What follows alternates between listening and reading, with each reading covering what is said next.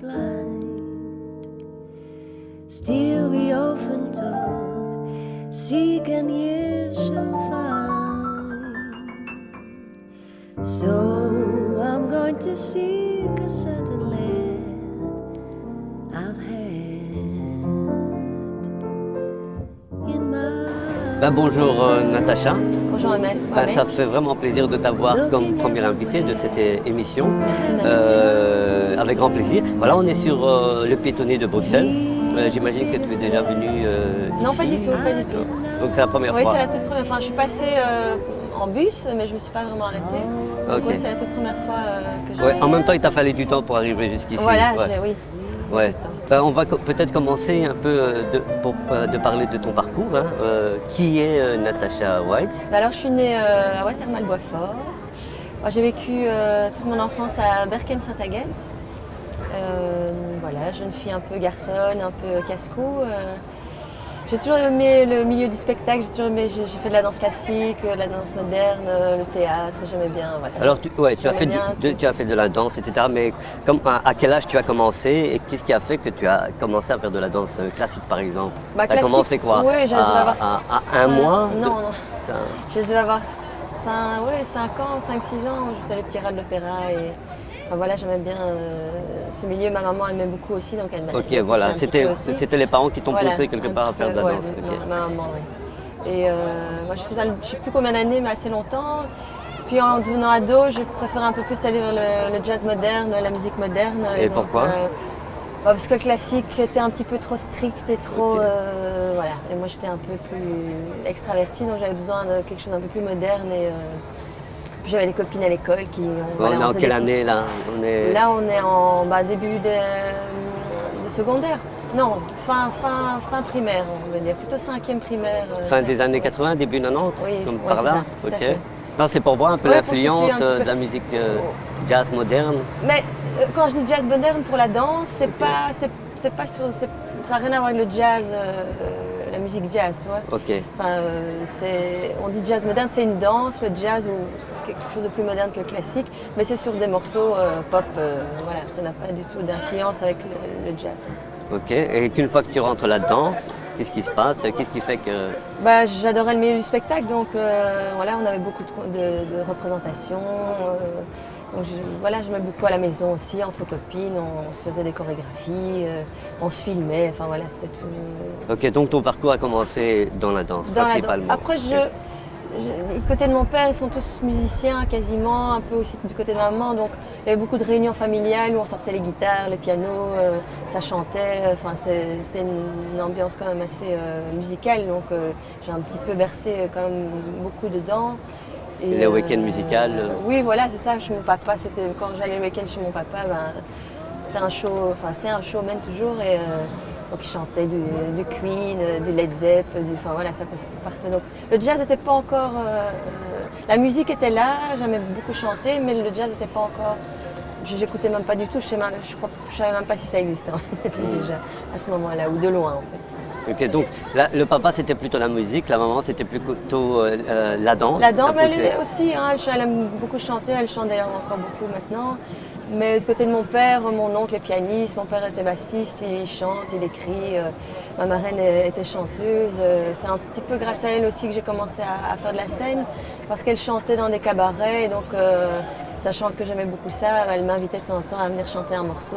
Mais là c'était plutôt de la chanson française, du Piaf, Brel, du Goldman, enfin ça passait, c'était assez large, la musique française. Ensuite, écoute... Là, tu es toujours en primaire? Non, là je suis... au début secondaire? Oui, là je suis en secondaire, même là je rentre à l'Académie des Beaux-Arts, donc je rentre en 4e humanité, 4e humanité. Et donc là... Donc tu as 15-16 ans, voilà, par là? Voilà, c'est ça, tout à fait. Et donc là, j'aimais beaucoup chanter toujours, mais j'avais pas vraiment de groupe encore. Donc j'ai rencontré là le papa de mon fils, Benjamin Ramos, qui lui était musicien, enfin qui l'est toujours, guitariste. Et donc là, j'ai vraiment commencé à rencontrer les jams, à m'intéresser. On faisait des petits groupes, j'étais choriste dans l'un ou l'autre groupe. Et puis après les humanités, lui il est parti étudier au Jazz Studio à Anvers. Je me suis dit, bon allez, on y va, on le suit. Et c'est là que j'ai vraiment atterri dans le jazz, j'ai découvert, là j'ai vraiment commencé à vraiment apprécier de plus en plus et à ce que ça devienne vraiment quelque chose que j'ai vraiment envie de développer et en faire ma profession. Comment ça s'est passé Écoute, ta rencontre avec le monde du jazz à Anvers? Au début, j'avoue que j'étais, n'y connaissant rien, je me sentais un peu, je ne vais pas dire ridicule, mais voilà, c'était tout nouveau. J'ai commencé petit à petit. Et puis une chanteuse, pour prendre une place dans un groupe, c'est pas toujours évident, surtout quand on est toute jeune et qu'on... Et voilà, le milieu du jazz, c'est aussi très masculin. Il n'y a pas beaucoup de femmes dans ces années-là qui faisaient ça. Donc j'étais en 97, plus ou moins. Donc voilà, ça n'a pas été... Mais bon, voilà, je suis devenue un bon pote. Ouais, c'est ça. Et j'ai commencé à... Tu as réussi à faire ta place quand même. Voilà, tout à fait. Ça a pris quelques années, évidemment, mais j'ai rencontré des musiciens, j'ai commencé à faire des groupes. J'ai beaucoup bossé avec Manu Bonetti, qui lui m'a appris énormément. Qui m'a appris l'improvisation, qui m'a appris à me lâcher, qui a appris à oser. Enfin, j'ai vraiment beaucoup travaillé avec lui et ça a été vraiment un des piliers de la suite, quoi, en tout cas. Puis grâce à lui aussi, j'ai rencontré d'autres musiciens, j'ai eu un peu plein de projets, des trios, des quartets. On a fait aussi du funk, soul, c'était assez éclectique au niveau musical, on ne s'arrêtait pas juste au jazz. Et puis voilà, de fil en aiguille, j'ai continué à me passionner pour le jazz et à m'intéresser de plus en plus, à bosser un maximum. Enfin voilà, plein de choses qui sont ouvertes à moi et je n'en démords pas. Ok. Je suis toujours autant fan. Donc une multitude de concerts, parce que Natasha White c'est plutôt une chanteuse solo qui collabore avec un certain nombre d'artistes. Voilà, oui, tout à fait. Après là, ça fait quelques années, j'ai d'abord eu mon quintet justement avec Manu Bonetti, David De Vries, Sam Rafalovic, Boris Schmidt. Il y a d'autres musiciens participants aussi. Et donc on a travaillé pas mal ensemble, on fait pas mal de festivals. On allait sortir un album, puis bon, les choses de la vie ont fait que ça ne s'est pas fait. Mais on a fait beaucoup de choses ensemble. Et puis quelques années après, j'ai rencontré Charles Loos, qui a été vraiment de nouveau une ouverture vers autre chose. Et comment s'est passée la rencontre avec Charles Loos, qui est quand même un grand pianiste belge, bruxellois aussi? Je connaissais Charles Loos de nom, c'était côtoyé un petit peu en se croisant dans des couloirs de festivals ou de lieux. Et puis un jour, en fait, j'ai participé à Singing Palestine. Et il demandait aux artistes de reprendre un chant traditionnel palestinien. Pour des fonds, pour des soirées, etc. Et donc j'ai travaillé avec mon oncle, Frank Watts. On a travaillé sur un morceau, une sorte de berceuse, Nami Yahan. Et le jour de la première ouverture de cette soirée, où les artistes venaient présenter leurs morceaux, Frank n'était malheureusement pas disponible, enfin malheureusement ou heureusement. Ouais. Parce que grâce à ça, en fait, j'ai demandé, vu que c'était quelque chose de bénévole, je ne pouvais pas demander à n'importe qui de venir m'accompagner gratos comme ça, Et donc j'ai demandé s'il y avait un musicien sur place, un pianiste qui pourrait m'accompagner. Et voilà Charles qui Alors apparaît. Comment ça se passe? Alors ça se passe, lui avec plaisir il me dit, donc on fait une petite répète à la maison, on travaille ce morceau. Et puis un moment magique, quoi. Ce jour-là, il s'est passé vraiment sur un morceau, sur 5-7 minutes. La collection. Il y a eu un déclic, ça a fait PAM! Explosion. Et c'était vraiment le Big Bang musical. C'était une belle expérience. Vraiment, et voilà, je crois qu'on l'a ressenti tous les deux. Et puis bon, chacun est retourné dans sa vie. Et puis un jour, je me suis dit, tiens, j'avais une scène à la Jazz Station et j'avais envie de lui proposer de venir faire un concert avec moi. J'avoue que je n'osais pas trop, j'étais un petit peu impressionnée. Et depuis, vous collaborez énormément ensemble. Voilà, maintenant, on est sur notre deuxième album qui est sorti et on travaille un maximum ensemble. Mais justement, on travaille avec des... Donc ce que j'aime beaucoup avec Charles, c'est que justement on a ce cœur duo et que là-dessus se greffent plein d'autres musiciens. Donc on peut travailler avec des quatuors à cordes ou carrément de l'orchestre, on peut travailler avec des guitaristes, des accordéonistes, des saxophonistes. C'est très flexible, c'est chouette. J'aime beaucoup et c'est ce que j'aime beaucoup aussi dans les albums qu'on a travaillé ensemble, qu'on a créé ensemble, c'est justement ces différences au niveau des formules. Quoi. Ça va du duo très intimiste avec l'orchestre à 30 musiciens. Donc tout ça, c'est très gai. Ça me correspond beaucoup parce que j'aime bien justement jouer le côté figé d'un groupe. J'aime bien aussi, mais je trouve que c'est plus intéressant au niveau de la dynamique, au niveau de l'émotion, au niveau voilà, on peut réinventer chaque fois un morceau avec une autre couleur musicale, une autre couleur d'instrument. C'est ça vraiment C'est que la musique pour toi c'est quelque chose qui se construit, comment tu définirais toi la musique? Je crois que la première étape c'est vraiment apprendre à la maîtriser entre guillemets, enfin maîtriser. C'est peut-être pas le bon terme, mais c'est apprendre à pouvoir justement être à l'aise avec et à partir de ce moment-là on peut vraiment être libre et donc c'est de l'expression, c'est de l'émotion, c'est du ici et maintenant quoi.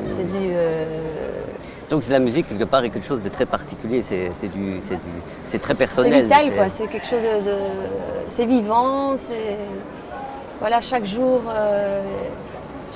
surtout en jazz, ça que j'aime beaucoup dans le jazz aussi, c'est que c'est une musique d'improvisation, donc c'est pas une musique figée où il y a genre couplet, refrain, fin. Il y a beaucoup de choses qui peuvent se passer dans un morceau. Et on sent que le corps est très présent dans la musique du jazz. Tout à fait.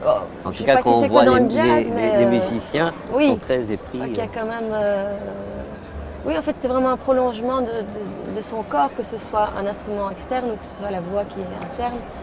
C'est vraiment Voilà, quand tu es connecté, le corps est obligé de suivre. C'est ça. Je veux dire, tu ne peux pas être figé, chanter ou jouer. C'est ça. Enfin, chacun a sa manière d'exprimer. Il y en a qui sont plus introvertis, d'autres plus extravertis. Mais c'est magique, quoi. C'est vraiment ça se décide pas, en fait. Alors, on va parler de tes projets. Tu es en ce moment, tu viens de sortir un album. Oui. D'ailleurs, toujours avec Charles Loos, oui. Nature. Nature, oui. Alors. Nature, pourquoi? Parce que. Je ne te demande pas de nous définir la nature. Mais non. en quoi la nature pourquoi avoir choisi Pourquoi avoir choisi ce ouais. Écoute, il y a deux choses. Il y a déjà le jeu de mots qui est intéressant, parce que mon premier album s'appelle Nat. Donc c'est un peu une continuité, tu vois, nature, donc il y a nouveau Nat dedans. Et le nature, parce que je suis quelqu'un d'assez... En plus, les années passent, plus je vieillis, plus je suis connectée vraiment à la nature, que ce soit à ma nature même de femme, d'être humain, ou que ce soit la nature qui m'entoure.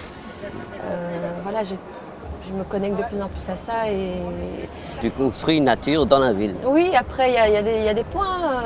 La forêt de Soigne, le bois de la Combe, c'est pas très loin. Hein, je veux dire, il y a une possibilité quand même d'accès.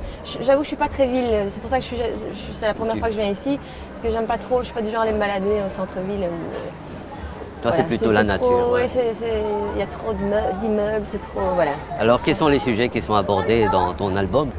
Par exemple, elle a passé son tour. Tu racontes quoi dans cette chanson? Elle a passé son tour, c'est une femme qui a vécu beaucoup d'expériences, pas spécialement heureuse, et qui se dit, bon maintenant, voilà, je passe mon tour, j'ai plus envie de souffrir, j'ai plus envie de... Voilà, j'ai envie de m'ouvrir à autre chose, et donc je laisse passer ce sentiment. Enfin, c'est pas très joyeux. Ouais, c'est ça. Et à la fois, il y a un recul où elle exprime ce qu'elle a vécu, et puis elle laisse... Voilà, elle prend son recul, quoi. Elle dit, voilà, c'est bon, maintenant je lâche. Tu écris en musique ou comment se passe Donc ça, d'abord, je voulais préciser que c'était un texte de mon papa, Hervé Watts, parce qu'il écrit pas mal de textes. J'écris en musique, ça dépend. En fait, je peux partir où j'ai une mélodie dans la tête et je vais écrire un texte dessus. Ou alors je vais avoir une musique, par exemple, de Charles avec une mélodie sur laquelle je vais écrire un texte. C'est un petit peu en fonction.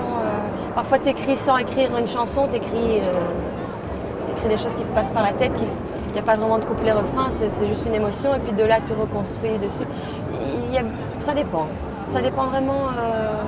Parfois, tu veux écrire et tu n'écris rien, parce qu'il n'y a rien. Okay. J'imagine qu'il y a des concerts qui seront prévus. Tout à fait. Pour ces occasions. Il y a déjà des dates? Écoute, pour l'instant, vu que l'album vient de sortir, donc il y a des propositions de dates, mais alors, le temps que les propositions soient faites, qu'on propose des dates à tous les musiciens, que tous les musiciens répondent et qu'on...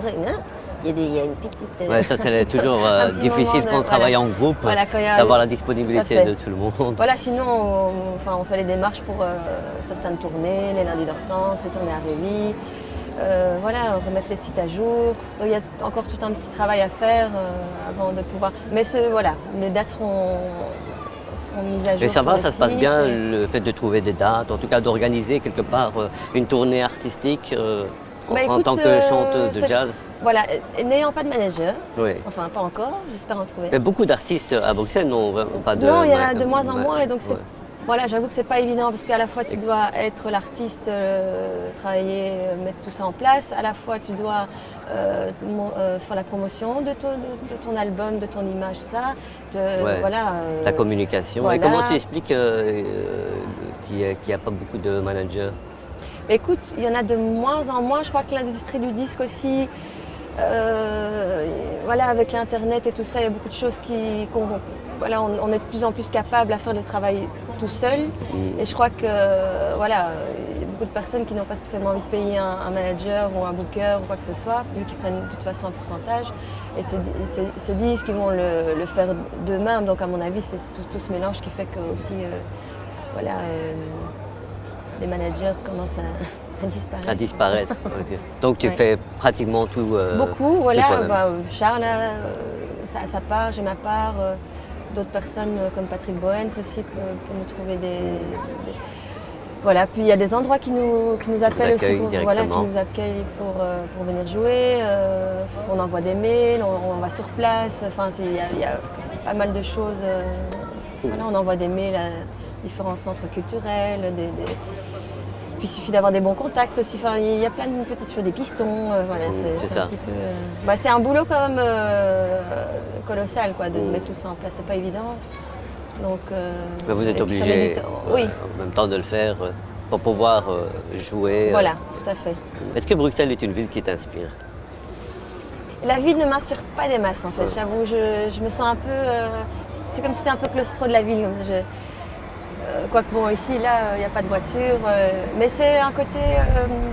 Moi j'aime beaucoup par exemple partir dans les bois toute seule, balader, une petite musique indienne, aller marcher toute seule, écouter les oiseaux, enfin, me poser quoi. J'ai besoin de calme.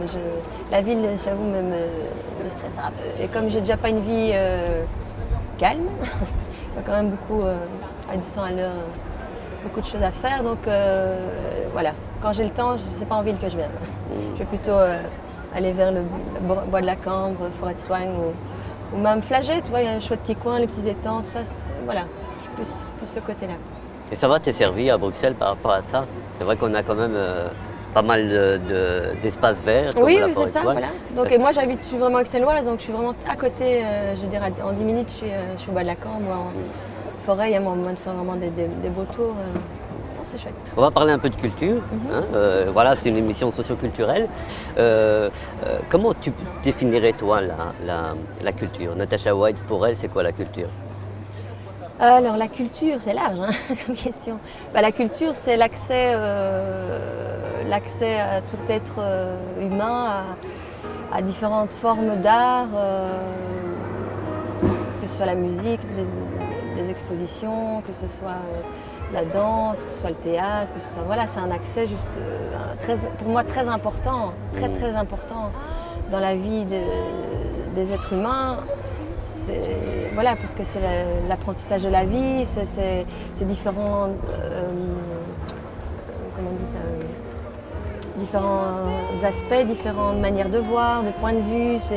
Puis ça rassemble les gens aussi. C'est important pour toi que les gens se rassemblent? C'est très important, oui. C'est très important. Pourquoi? Parce qu'on est tous connectés et que c'est important d'être. Voilà, je ne vais pas rentrer dans quelque chose de trop loin, mais voilà, on est tous unis, on a tous besoin des mêmes choses, on a tous besoin les uns des autres, donc c'est important d'être réunis. Voilà, et si c'est en plus culturellement, c'est gai parce que ça, en général, ça apporte quand même quelque chose de joyeux, de positif, où on touche les émotions, on touche l'énergie de chaque personne. Donc oui, c'est important. d'être réunis. Merci beaucoup Natacha. Avec On plaisir. touche à la fin de notre émission. Donc Natacha White et Charles Loos. En tout cas, on est très heureux de t'avoir comme invité pour notre première émission. En tout cas, merci beaucoup. Voilà. Pour nous, Très d'ailleurs, plaisant. on va se retrouver dans un mois parce que c'est une émission qui se passe tous les mois. D'accord. Et donc, en tout cas, merci beaucoup. Avec plaisir, merci à toi. Et en tout cas, on te Love suit de me très or très leave me près. or let me be On va mettre toutes lonely. les infos You dont won't on a believe me, I besoin love you only, I'd rather be sur lonely than l'émission, happy with page Facebook, somebody etc. pour qu'on else. puisse te suivre. You Génial. might find the Merci. night time the right Merci à time for toi. kissing. That time is my time for just reminiscing, regretting instead of forgetting with somebody else. There'll be no one unless that someone is you. I intend to be independently so blue. I want your love the way